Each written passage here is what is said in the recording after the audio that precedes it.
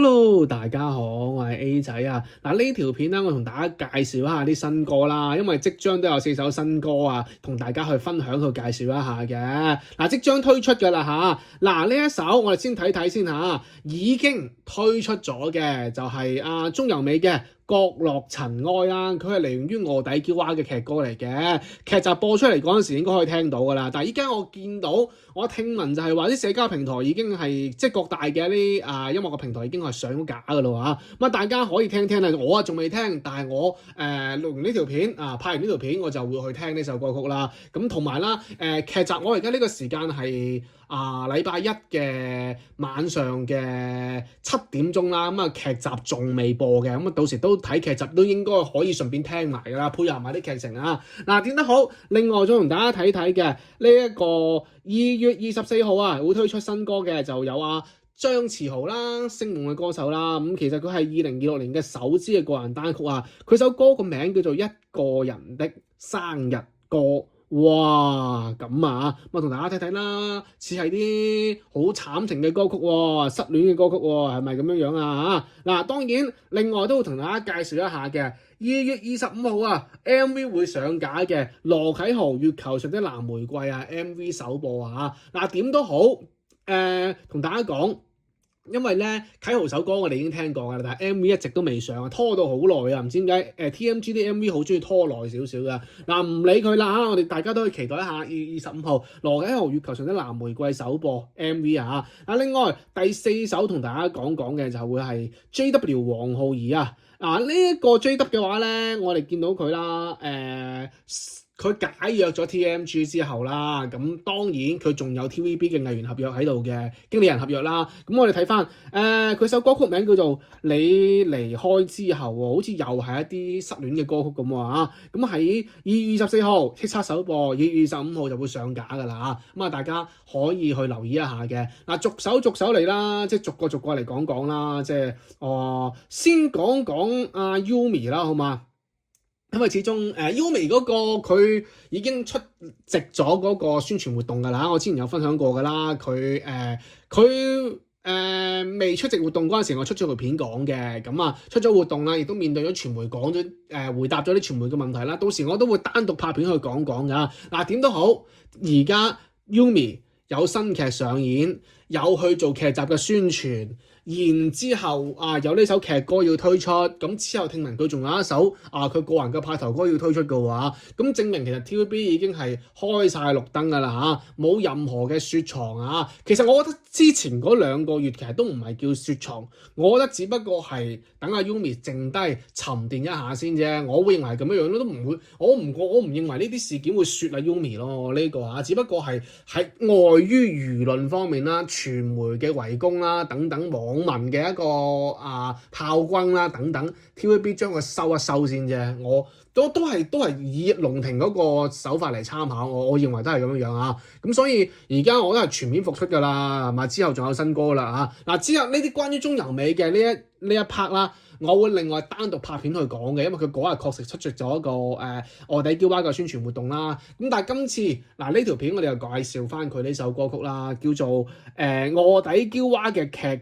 呢一個插曲啦，角落塵埃咁其實嗰陣時大家而家其實相信依家應該可以聽得到啦吧咁我就應該會等，因為而家係7點幾，我應該等個劇集播出嚟應該會播吧。我相信第一集應該會播啦。咁就算唔播嘅話，我喺啲音樂平台 search 都應該可以搜到佢呢首歌曲㗎啦點都好期待嘅，因為始終見到Yumi點都好啦，會有歌出啦，有劇出啦，咁唔存在任何嘅你各大傳媒所講嘅就真係雪藏佢呢一種嘅做法咯，冇呢種做法咁當然啦，期待啦，劇歌其實就冇話係可以去，即係我唔認為呢首角落塵埃係派台歌啦。咁如果劇歌嘅話，就睇下有冇機會咯，衝擊個劇集歌曲獎咯，多幾首劇歌都係一件好事嚟嘅。我自己個人睇法，大家可以期待一下佢呢首歌曲喎。佢呢首歌曲嘅話，而家已經係睇翻我係睇Yumi 鍾柔美 Yumi 後援會嗰度分享嘅，已經就係喺各大平台上咗架啦，大家不妨可以聽啦呢首插曲臥底嬌娃嘅插曲角落塵埃。咁當然 Yumi 之後同大家講講啊，啟豪啦，呢啲依家可以即刻聽到嘅就係啟豪啦。咁啟豪嗰首《月球上的藍玫瑰》其實好聽嘅，我聽過啦。之前羅啟豪嘅一個12月份嗰個佢自己個人嗰個歌唱已經唱過㗎啦。咁啊，再加上其實佢之前咧，其實首歌已經上咗架㗎啦。我唔明點解 TMG 可以隔咁耐先至推出 MV 喎？因為佢唔同，其實 TMG 同埋愛爆音樂嘅一個最大嘅區別就係、即係愛爆即係 All About Music 嗰邊啦。其實佢係新歌推出即刻接住就上 MV 㗎啦。TMG 佢永遠都中意拖好耐嘅，拖一段時間咁樣去上啦。嗱，我唔探究佢點解會咁樣啦，就或者 MV 未完全。做好點都好啦，真係我覺得係可以緊湊少少就緊湊少少嘅，咁啊大家谷一谷啊羅啟豪呢一個 MV 喎，呢一個 MV 係會喺2月嘅25號會喺8點鐘TMG 嗰個 YouTube 頻道首播啊，大家可以look 一下啦，谷一谷佢嗰個 view 數啦。咁當然今次亦都係啟豪首次有女主角嘅一個歌曲啦。之前有同大家分享過㗎啦嚇。咁大家都可以睇睇佢嗰個MV 嘅拍攝花絮啦。TMG 都會有分享嘅，咁啊大家可以留意一下啦嚇。啟豪嘅話亦都係。佢係中年好聲音第2個出歌嘅歌手啊！因為第一個就係張雨晨啦，第2個就係羅啟豪噶啦，都好緊接住推出噶啦。雨晨你話快正常，因為中3個熱度仲喺度啊嘛。羅啟豪係中1噶咯喎，都係 keep 住咁快出歌喎，我覺得係對羅啟豪嘅呢一個嘅重視啦，資源嘅一個重視啦，係。都會有資源嘅保證咯，俾到阿啟豪點都好期待住呢首歌曲啦。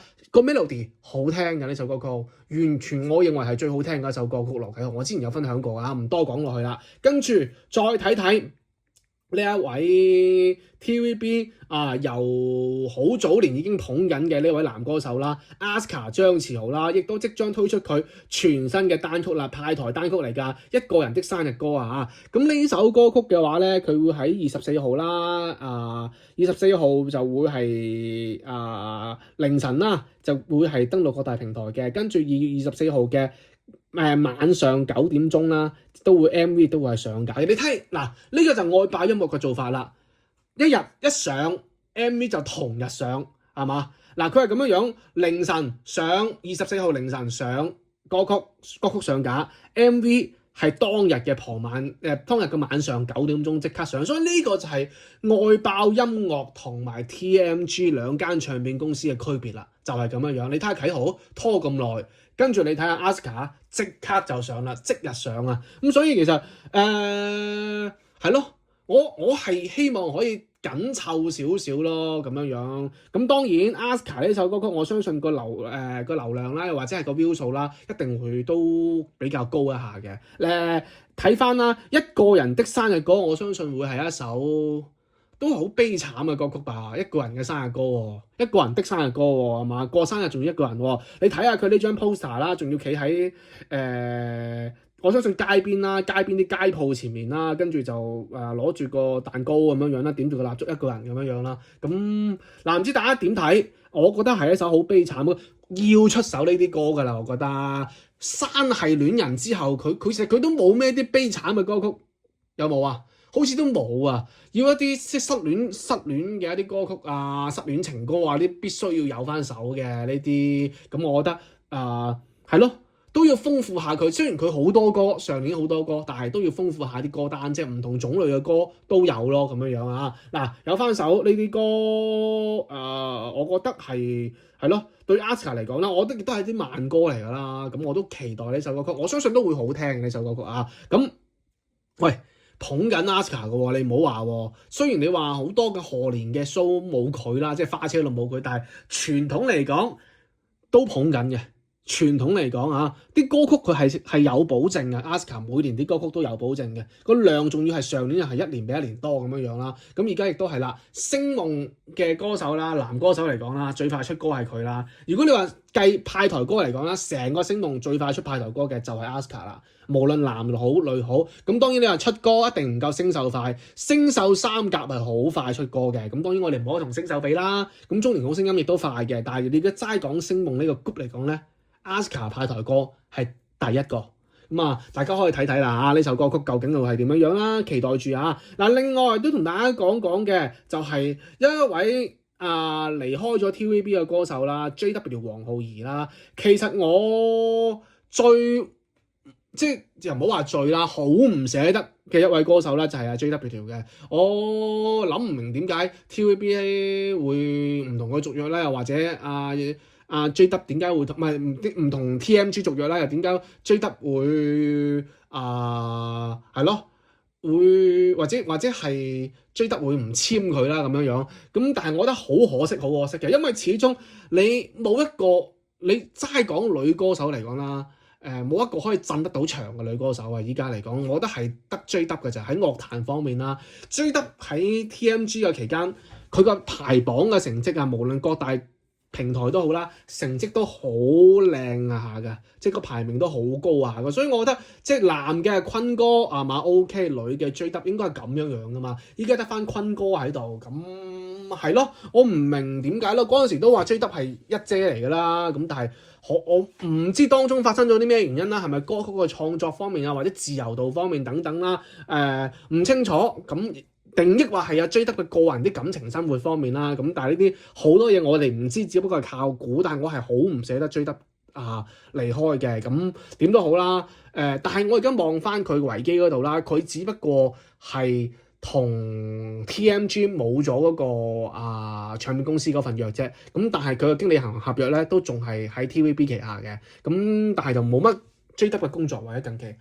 最上一次見到佢就係翻咗去星秀嘅做一個幫唱嘅一個導師咯，係啦，導師嘅一個幫唱咁樣樣啦，但係就真係冇太多嘅追得嘅機會啦，咁所以即係你話如果你出呢首歌，我覺得佢以之前睇新聞講就話佢一直都係想出歌咁自資出歌㗎咯喎，佢有透露過係自資出歌，係咪今次唔知係咪自資出歌啦？因為始終冇咗份約啦同 TMG 咁，所以但係佢又冇簽新嘅唱片公司，咁可能就獨立歌手㗎啦，獨立歌手咁自資出歌㗎啦，咁呢個唔關事嘅，因為佢雖然佢經理人合約仲係喺 TVB 旗下嘅，咁但係佢唱片嗰度就係自己即係冇簽唱片公司，咁所以就係咯，真係不過JW本身就可能都有錢嘅，咁係啦，但係近期咯，因為成個2025年都冇佢啲歌曲啦，咁有嘅，嗰首咩咯，